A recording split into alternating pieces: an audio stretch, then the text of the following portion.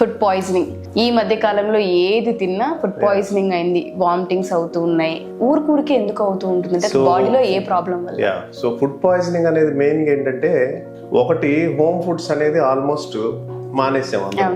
So బయట food తింటాం అనేది బేసిక్ గా టైం లేదు ఎవరికి. Nobody has time to cook. So ఇంట్లో వండుకునే రోజుల్లో ఇంత ఇన్ఫెక్షన్స్ ఉండేవి కాదు. పాత రోజుల్లో ఇన్ఫెక్షన్స్ ఎందుకు ఉండేవి అంటే వాటర్ కంటామినేషన్, లేకపోతే వాటర్ కలుషిత నీరు వల్ల, ఇటువంటి ప్రాబ్లమ్స్ వల్ల ఈ లూజ్ మోషన్స్, డయేరియాలు ఇవన్నీ వచ్చాయి. వైరల్ డయేరియాస్, కలరాలు ఇట్లాంటివన్నీ అవుట్ బ్రేక్స్ వచ్చాయి. ఇప్పుడు గవర్నమెంట్ ఈస్ ప్రొవైడింగ్ మంచి ఆర్ఓ వాటర్ ఎవ్రీవేర్. చిన్న విలేజ్ లో కూడా ఆర్ఓ వాటర్ అయినా కూడా డిసీజెస్ ఎక్కువ అవుతున్నాయి. ఎందువల్ల అంటే ఫుడ్, ఈ ఫుడ్ ని తీసుకెళ్లి వండేస్తారు, ఫ్రిడ్జ్ లో పెడతారు, టెంపరేచర్ కంట్రోల్ ఉండదు. So automatically what happens is అందులో ఫెర్మెంటేషన్ అయ్యి బ్యాక్టీరియా పెరుగుతుంది. సో హోటల్స్ లో, రెస్టారెంట్స్ లో ఏం చేస్తారు, మిగిలిన ఫుడ్ అంతా ప్యాక్ చేసి ఫ్రిడ్జ్ లో పెడతారు. ఏ రెస్టారెంట్స్ కి వెళ్ళి చెక్ చేసినా కూడా ఏదో నెల క్రితం కొన్న మీట్ అట్లానే పడి ఉంటుంది. ఫ్రైడ్ రైస్ అనగానే వాడు అందులో నుంచి 4 చికెన్ తీసి వేసేస్తాడు, ఫ్రైడ్ రైస్ వండేస్తాడు, అది మనం తినేస్తాం. So what happens is automatic గా అందులో ఉన్న బ్యాక్టీరియా మొత్తం బాడీలో ఉండాల్సిన నార్మల్ బ్యాక్టీరియల్ ఫ్లోరా మొత్తం డ్యామేజ్ అయిపోతుంది. సో మెయిన్ కన్సర్న్ ఫర్ ఈ జిఐ సిమ్టమ్స్ ఇవన్నీ వచ్చి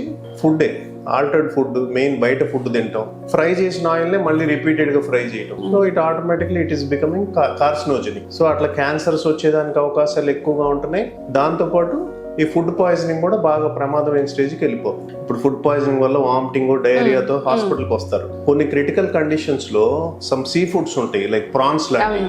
ఆ ప్రాన్ లాంటి ఫుడ్ పాయిజనింగ్ లో సివియర్ డయేరియా తోటి కొంతమంది బీపీ పడిపోయి హైపోటెన్షన్ లోకి వెళ్ళిపోయి ప్రాణాపాయ స్టేజ్కి పోయిన కేసెస్ ఎన్నో చూస్తుంటాం. సో మనం డయేరియా ఆఫ్టర్ ఫుడ్ పాయిజనింగ్ అస్సలు నెగ్లెక్ట్ చేయకూడదు. బాడీలో ఎలక్ట్రోలైట్స్, సోడియం, పొటాషియం ఇవన్నీ తగ్గిపోవటం, తర్వాత ఎలక్ట్రోలైట్ ఇంబ్యాలెన్స్ రావటం, సో పేగుల్లో ఉండాల్సిన నార్మల్ బ్యాక్టీరియా మొత్తం డ్యామేజ్ జరగటం. సో టు రెస్టోర్ ద మళ్ళీ నార్మల్ బ్యాక్టీరియల్ ఫ్లోరా రెస్టోర్ అవడానికి కూడా it take at least 1 month. As far as possible మనం తినే food, hygienic environment, how is the kitchen. So అక్కడ కొంచెం ఏంటంటే మనకి ఎక్కువ మంది కస్టమర్స్ ఉండే దగ్గర ఎక్కువ మంది పోతుంటారు. సో అట్లీస్ట్ ఇక్కడ వేడిగా సప్లై అవుతుంది అని చెప్పి. బట్ అట్లాంటి ప్లేసెస్ లో కూడా ఏంటంటే ఫుడ్ సేఫ్ అనేది కూడా మనం ఆలోచించుకోవాలి.